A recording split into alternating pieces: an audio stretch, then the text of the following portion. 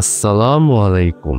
আপনার জীবনে সেই প্রতিকৃত দোয়া যা আপনি দিনের পর দিন আল্লাহকে ডেকে যাচ্ছেন কিন্তু এখনো কবুল হয়নি, তাহলে কি এর মানে আল্লাহ আপনাকে শুনছেন না, নাকি এর পেছনে লুকিয়ে আছে এক অনন্য রহমতের রহস্য?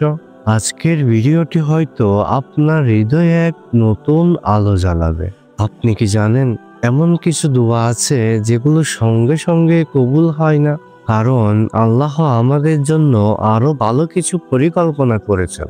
কখনো কি মনে হয়েছে এই দেরির পেছনে আপনার জন্য বড় কোনো উপহার অপেক্ষা করছে?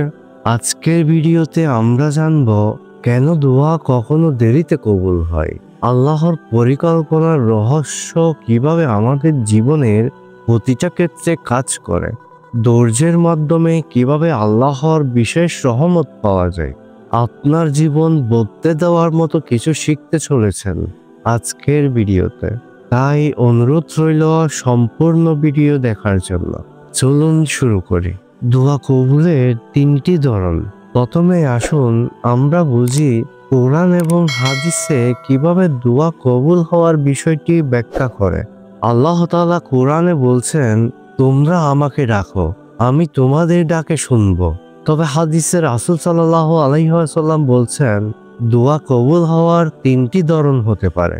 1 নাম্বার সঙ্গে সঙ্গে কবুল হওয়া, 2 নাম্বার আপনার জন্য ভালো সময় অপেক্ষা করিয়ে দেওয়া হয়েছে, অথবা দুনিয়ার গতি থেকে আপনাকে রক্ষা করার জন্য দোয়া কবুল করা হয়নি। ভাবুন, আপনি একটি গাড়ি চান, আপনি দোয়া করলেন কিন্তু সঙ্গে সঙ্গে তা পেলেন না। পরে বুঝলেন সেই মুহূর্তে গাড়ি ফেলে হয়তো কোনো দুর্ঘটনার শিকার হতেন।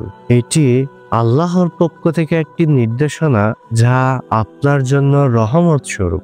ধৈর্যের ফজিলত। আপনার দোয়া কবুলের পথে ধৈর্য একটি শক্তিশালী অস্ত্র। আল্লাহ তাআলা বলছেন, নিশ্চয় ধৈর্যশীলদের জন্য রয়েছে সীমাহীন পুরস্কার। ইউনূস আলাইহিস সালামের কথা মনে করুন, যিনি মাছের পেটে ছিলেন। তিনি দোয়া করেছিলেন, লা ইলাহা ইল্লা আনতা সুবহানাকা ইন্নী কুনতু মিনাজ জালিমিন। এই দোয়ার মাধ্যমে তার মুক্তি এসেছিল, কিন্তু তিনি ধৈর্য ধরে অপেক্ষা করেছিলেন। আপনার দোয়া দেরিতে কবুল হলেও হতে পারে এটি একটি আল্লাহর থেকে বিশেষ রহমত আপনার জন্য। আল্লাহর পরিকল্পনার উপর ঈমান রাখার গুরুত্ব। আমরা অনেক সময় বুঝি না কেন আমাদের চাওয়া জিনিসগুলো দেরিতে আসে, কিন্তু আল্লাহ তাআলা সর্বদা আমাদের জন্য সর্বোত্তমটি পরিকল্পনা করেন। কোরআনে আল্লাহ বলছেন, তোমরা এমন কিছু অপছন্দ করতে পারো যা তোমাদের জন্য কল্যাণকর, এবং এমন কিছু পছন্দ করতে পারো যা তোমাদের জন্য ক্ষতিকর। একজন মায়ের গল্প ভাবুন। তিনি তার সন্তানের জন্য খেলনা কিনতে দেরি করেন, কারণ তিনি জানেন তার সন্তান আরো ভালো কিছু প্রাপ্য। আমরা ঠিক তেমনই আল্লাহর পরিকল্পনার একটি অংশ। আপনার দোয়া কবুল না হলেও হতাশ হবেন না, এটি আপনার জন্য আল্লাহর পরিকল্পনার একটি অংশ হতে পারে। ধৈর্য ধরুন, আল্লাহর প্রতি বিশ্বাস রাখুন, তার পরিকল্পনা সব সময় আপনার জন্য কল্যাণকর। আপনার জীবনের কোনো দোয়াকে কবুল হতে দেরি হয়েছে?